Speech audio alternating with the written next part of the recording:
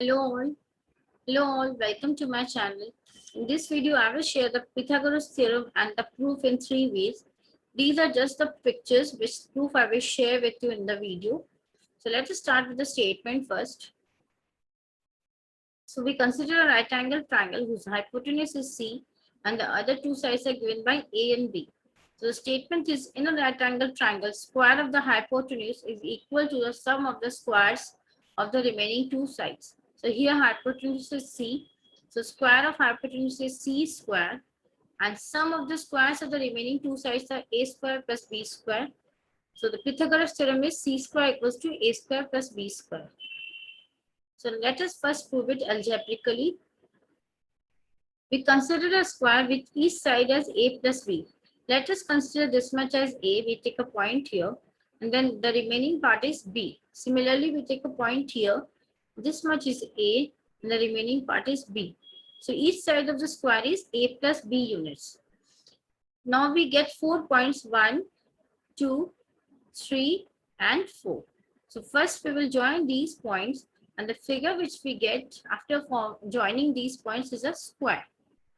And let us consider the side of the square is C units. Now we can see this outer big square is made up of 4 right angle triangles, 1, 2, 3 and 4 and the square which is the yellow shaded part. Now let us find the area of outer square. Now since the side of the outer square is A plus B units, so area of outer square is side square which is A plus B whole square.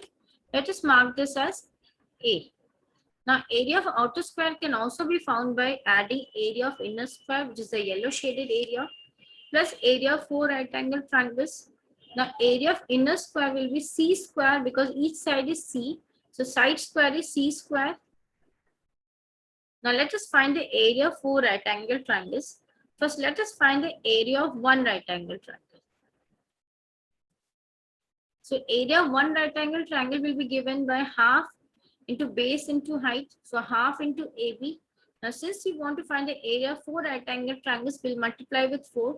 So 4 into half AB, which will give us C square plus 2AB. Now let us mark this as B.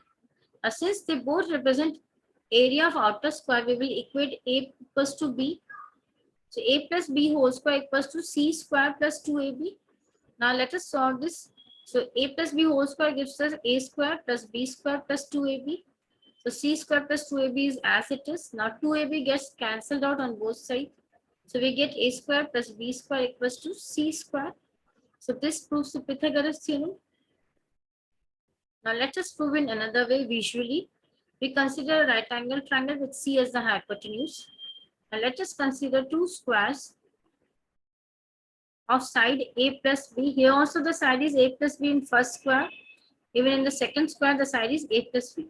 Now, since the side is same, A plus B, they have the same area.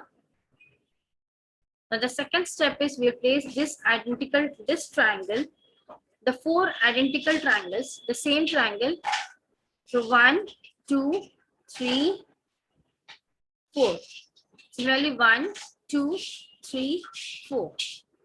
Now, since the triangles are identical, area of 4 triangles in square 1 is equals to area of 4 triangles in square 2.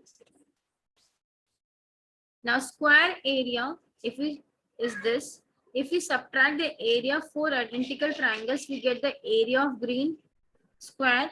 Similarly, if we subtract these 4 identical triangles area from the big square area, we get this green shaded part.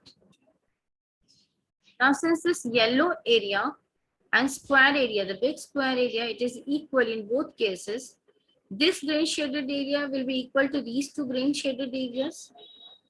So we can write C square equals to A square plus B square. What is C square then? So C square is the area of this. C square is the area of this square. And B square is the area of this square. Since the side is B, so the area is B square. Similarly, the side is A, so the area is A square. Now we have proved that these two areas will be equal. So we can say C square equals to A square plus B square. So this proves the Pythagoras theorem. Now let us prove in another way, geometric and arithmetic way. Now we consider a right angle triangle with 3, 4 and 5 units. Let a equals to 3, b equals to 4, c equals to 5. Now let us square them. So after squaring, we get a square is 9, b square is 16, and c square is 25. I hope you know the squares definitely. Now when we are squaring it, the geometric equivalent of squaring something results in a square shape. So if a is 3 and we have squared it, we get a square. So which is equals to 9 units. So all the sides are 3 units. So we get 9 units, 1, 2, 3, 4, 5, 6, 7, 8, and 9. Similarly, the red area represents 4 square equals to 16 units. So each side is 4 units. So this is also a square. Now let us deal with the hypotenuse. So c square is 25. The longest side is also a square. So c square is 25. So each side is 5 units. So we get 25 units. So if we add them, so a square plus b square, so 3 square plus 4 square, we get 25. So they will be equal because 9 plus 16, we get 25. So 25 equals to 25. Now, if we rearrange them, this red and yellow square, if we rearrange them, suppose this is 9 and this is 16. This 9, I'm arranging it here beside the red part. So these two areas are equal. So area of square formed by two sides of rectangle triangle, this one, that is a square plus b square, is equals to c square hypotenuse square. So we can write a square plus b square equals to c square. A square plus b square is this part if you combine them geometrically, and c square is the longest side square. So this proves the Pythagoras theorem.